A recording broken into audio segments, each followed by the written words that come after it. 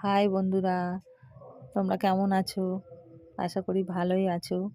তো আমি সরস্বতী পুজো কালকের আজকের একটু সাজগোজ করলাম, তো তোমাদেরকে দেখালাম। দেখো, এটা আজকের জন্য, আবার কালকের তো আছেই। অন্যভাবে সাজগোজ আছে, শাড়ি টাড়ি পরবো। আজকের কিছুটা গয়না টয়না পরে নিলাম, আবার কালকে বিয়ে বাড়ি আছে, সব একসাথেই। তো তোমরা সবাই কেমন সাজবে একটু নেক্সট ভিডিওর জন্য অপেক্ষা করো, কালকে আসতে চলেছে।